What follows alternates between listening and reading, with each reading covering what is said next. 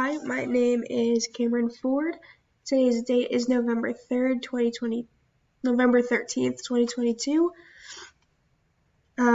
This is my video on the skeletal system, and on the back of my flashcard are some bones to remember that I will place right in front of me.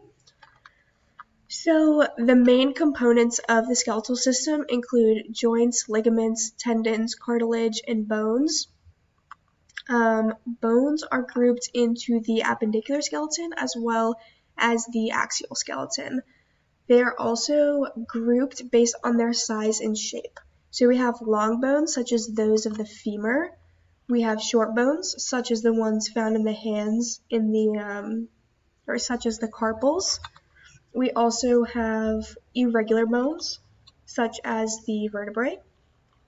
And we have flat bones, such as the scapula. So the axial skeleton contains the skull, thorax, and vertebral column.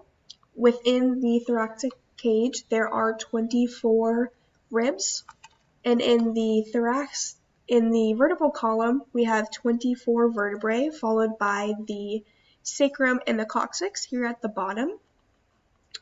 The appendicular skeleton contains bones of the limbs, pectoral and pelvic girdles, as well as the bones that attach limbs to the main trunk. The pectoral girdle includes the two scapula seen here on the back, as well as the clavicle bones. The pectoral girdle contains the hip bones. The upper limbs are those we see the humerus here.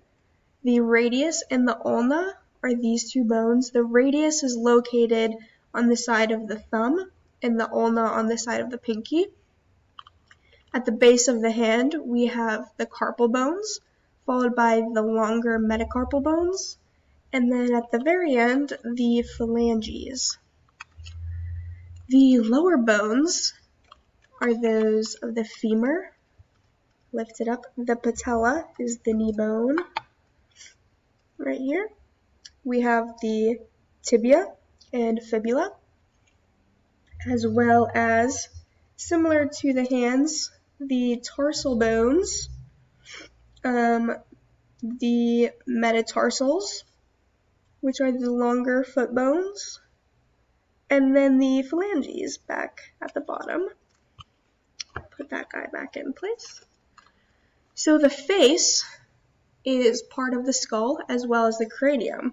So the face has the maxilla, which is above the teeth line, and the mandible, which is below the mouth. We also have the lacrimal bones, which are at the top of this nasal region. This right here, down the middle, is the nasal bone, and on the inside of those are the inferior nasal concha. We also have the palatine bones, which sit kind of across that nasal region, and the zygomatic bones are up here on this side. You can see right around here, and the vomer sits closer to the bottom of the nasal region. So that's the pieces of the face. The cranium consists of a few bones as well. We have the frontal bones here at the front of the skull. The parietal bone sits closer up here towards the back. The occipital bone back here in the back of the skull. And the temporal bone on the side of the skull, also closer to the back, but mostly, in the middle of the head. And yeah, that should be all of the bones for that section. There are also associated bones within the ear space.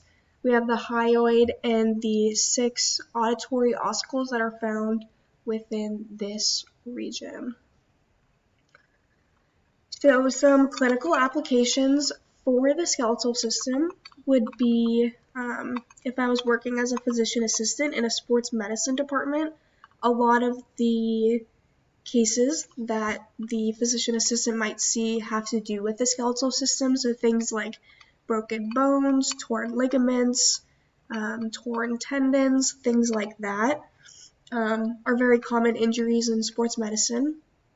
If I was dealing more with the elderly, we would see things such as degenerative bone diseases such as osteoporosis, which can cause bones to become fragile and break as well. Different areas of the medical field deal with the skeletal system as a whole in very different ways. So that is all I have. Thank you so much.